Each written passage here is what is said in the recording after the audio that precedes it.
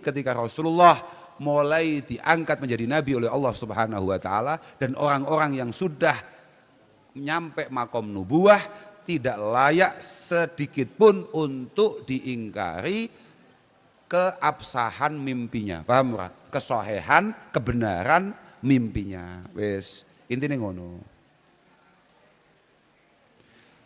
Bet la tungkirul wahya min ru'yahu innalahu qalban idza namatil ainan, itu bagus untuk kamu yang suka pusing-pusing, sing gampang ngeluh sirahe.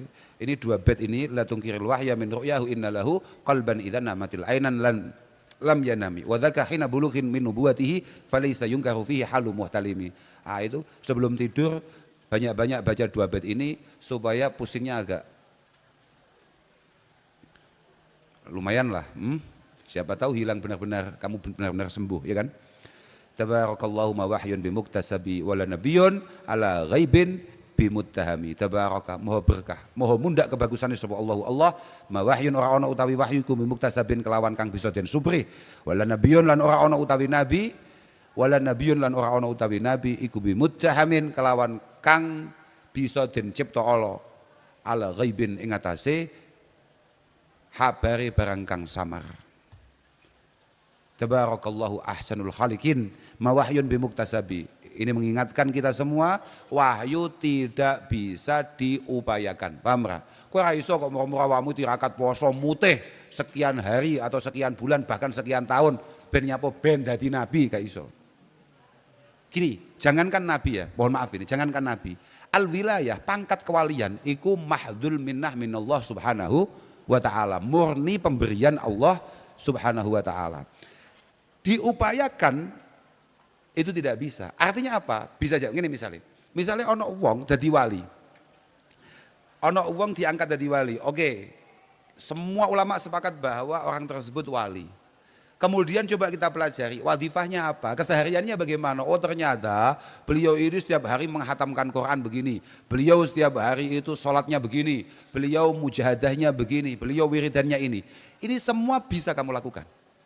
Mujahadahe, posone, wiridane, salate, kabeh iso lakoni.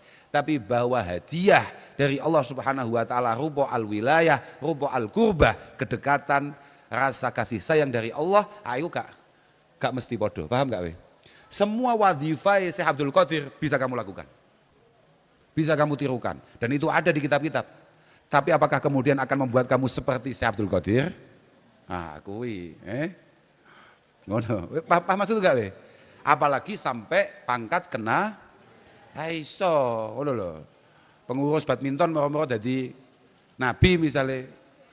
Indonesia tok sing iso nyiptakne ngono kuwi. Tapi Indonesia hebat loh.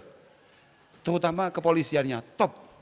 Dulu pernah ada polisi nangkap malaikat Jibril, ya. Sapa mbiyen lali aku jenenge? Lia Eden. Top gak tuh? Kok ngono nang donya ono polisi nangkap malaikat Jibril bisa. Wah ngeri tenan. Ngeri. Lah kuwi, paham gak? Paham ya? Wis ngono. Kok iso? Lah mbuh. Ampuh tenan. Ndak bisa diupayakan yang namanya al-wilayah, itu ndak bisa diupayakan, apalagi an nubuwah wa risalah. Wah itu sama sekali tidak bisa diperjuangkan. Wala nabiyyun ala ghaibin bimuttahami.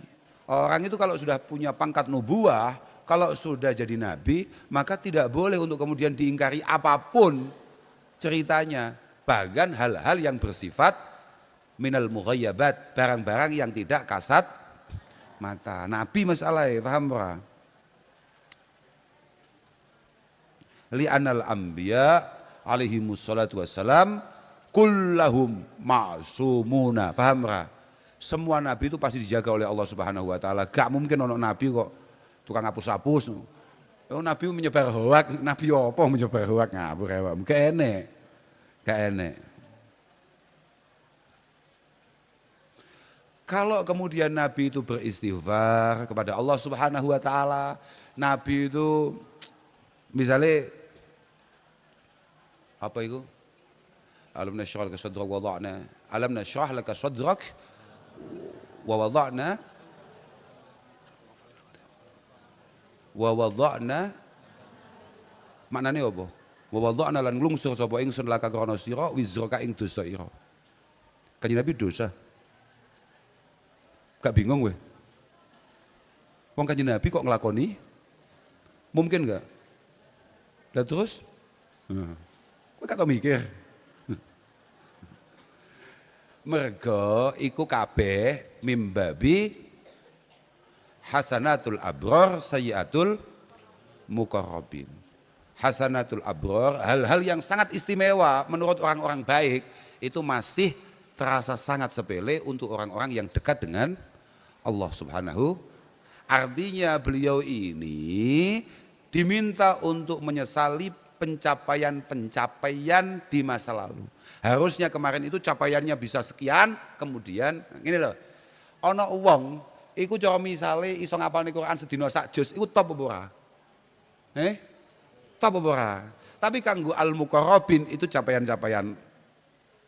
Wes gak takoki. Wong dol alfiah iku hebat apa ora? Cara awakmu lho ya, cara awakmu dol alfiah iku istimewa apa gak? Oke toh? Tapi aku krungu dhewe dawuh Ki Ardhani.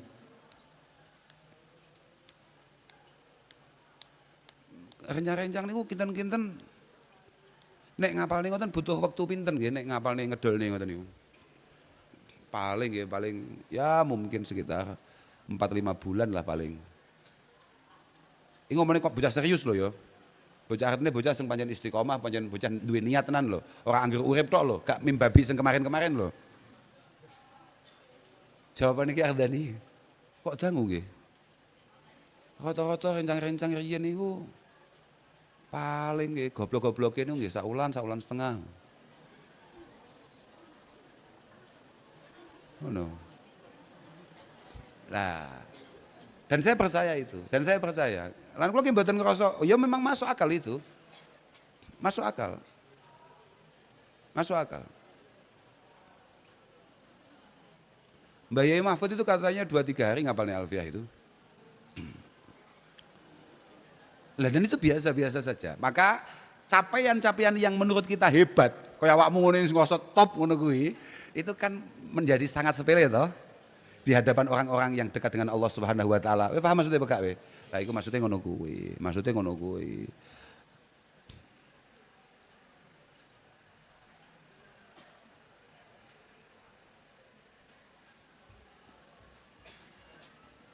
Makanya apalagi kalau kita sudah ngomongkan para ambiya wal mursalin. Kalau kita sudah ngomongkan para nabi, para utusan ustaz saya gak umum maneh. Kemudian kadang-kadang ada beberapa pertanyaan. Loh, katanya saudara-saudaranya Nabi Yusuf, Mimbani Yakub itu rata-rata nabi semua. Tapi nabi kok kemudian punya perilaku seperti itu?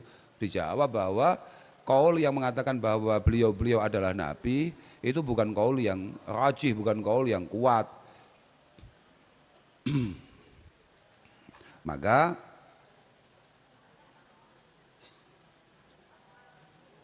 ya tidak muskil kalau kemudian ada beberapa kekeliruan-kekeliruan yang sempat beliau lakukan. Lele Mbah Nabi Yusuf kan tahu wa amma hamu Yusuf bi Zulaikha fahuwa amrun jibiliyun. Nabi Yusuf itu kan wa hamma biha laula ara'a burhana rabbih wa hamma biha laula ara'a burhana. Nabi Yusuf kan tertarik hakikatnya ambek Sayyidah Zulaikha. Dawe para ulama, lah itu malah normal, amrun jibiliyun lah tiarion, ketertarikan. Apa meneh nek cara wong Jawa apa jere?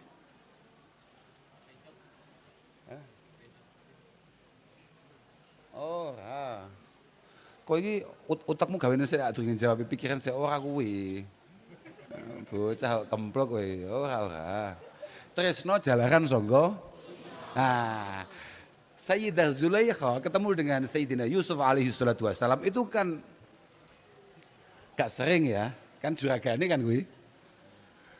Orang yang merawat Nabi Yusuf mulai kecil kan. Artinya dari awal itu melihat Sayyidah Zulaikha sangat menarik. Jadi wa amma hamu Yusuf bi Zulaikha fahuwa amrun jibiliyun lakhtiyariyun. Dan yang kemudian membuat beliau itu benar-benar suka dengan Sayyidah Zulaikha, itu kan normal-normal saja. Hatta yakuna madhmuma la lakhtiyariyun hatta yakuna madhmuma. Dan normal sebagai laki-laki dewasa, laki-laki yang beranjak dewasa untuk kemudian tertarik dengan orang lawan jenis apalagi secantik Zulaikha. Itu tidak boleh untuk kemudian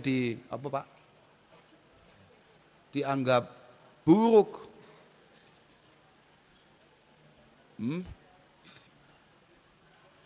La yadha wa rahbah fin nisa wa rahbah wa ruhbah fin nisa mahmudah id adamuha yadullu 'alal 'unnah wa hiya naqisah. Ketika beliau menjelang dewasa kemudian tertarik dengan lawan jenis itu normal dan itu baik. Kalau enggak tertarik lah itu malah aneh. Paham enggak? Loh, iya enggak?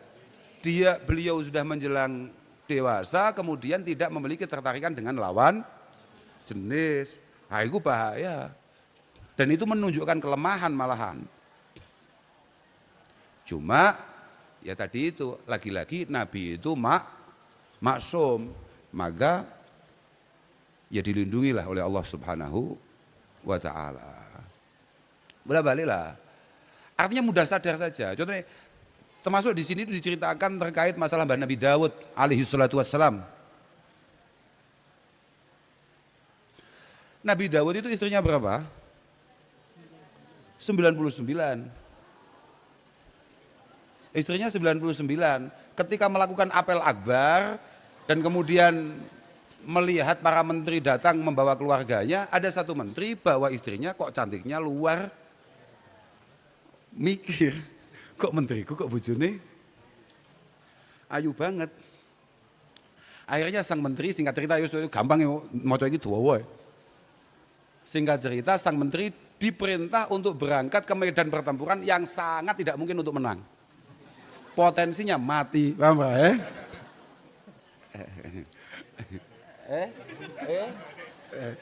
Lah ya.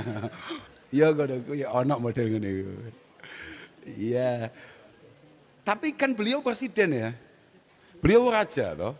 Dan menteri-menteri itu kan harus selalu siap dengan tugasnya dan sesuai sumpahnya kan itu. Bahwa medan yang ia tuju adalah medan yang sangat mengerikan dan potensinya tidak pulang, itu kan sebetulnya potensi tidak pulang dalam semua pertempuran itu ada apa tidak? Ada. Semudah apapun lawan yang akan dihadapi, potensi tidak pulang karena berangkat ke medan perang itu ada apa enggak? Tetap ada. Artinya perintah Nabi Daud salah enggak sebetulnya? Ya enggak, aslinya enggak salah. Yo mek iki digolek ning nggon sing rada luwih ngeri ngono tae. Wah itu dawamu ya mati tenan menteri ini. Dan jandanya tadi akhirnya digawe genepno hitungan 99. Jadi akhirnya ditegur keras oleh Allah Subhanahu wa taala. Ditegur keras, ada dua kisah, katanya ada dua malaikat. Ada kisah pertama dua malaikat yang kemudian gegeran rebutan wedhus atau ono jadi ya pokoknya ceritanya podok, kisahnya hampir sama. Yang kedua, tahu-tahu beliau dikejutkan ada dua orang dari rakyatnya yang marah-marah bertengkar di hadapannya. Kemudian ditengahi sebagai raja, nyapo kok gelut nyapo. Niki kebacut nih. Ini keterlaluan. Saudara saya ini keterlaluan. Coba bayangkan dia sudah punya 99 kambing, tapi saya hanya punya satu kambing, itu pun dia rebut. Langsung Nabi Daud kemudian perintah, kemudian dawuh, awakmu kok ngono kok nemen. Wong wis. Kamu ngono ya. Wong wis duwe 99 kok ora syukur, kancamu mek duwe siji kok ya mok rebut. Langsung diges sampai pangeran, langsung diingatkan oleh pangeran dengan keras. Lah kowe kok ngilingne barang sing kowe dhewe ya nangis. Nalika nangis sujud ning ngarsane Allah Subhanahu wa taala, beliau tidak bangun sampai dimaafkan dan ketika beliau bangun semua tempat yang ia sujudi sudah menjadi hutan rumput yang sangat-sangat tinggi. Berarti bertahun-tahun beliau sujud di tempat itu, nangis paham ra? Mek gara-gara ya ora mek ding. Nabi masalah paham ra? Ini bukan dosa, tapi ghairul laikin lima qamihi, paham ra? Ini tidak dosa karena beliau memang lagi berperang gitu. Kemudian kok yang dipilih berangkat adalah jenderal yang kebetulan istrinya cantik dan beliau tertarik, nah itu enggak dosa, tapi itu tidak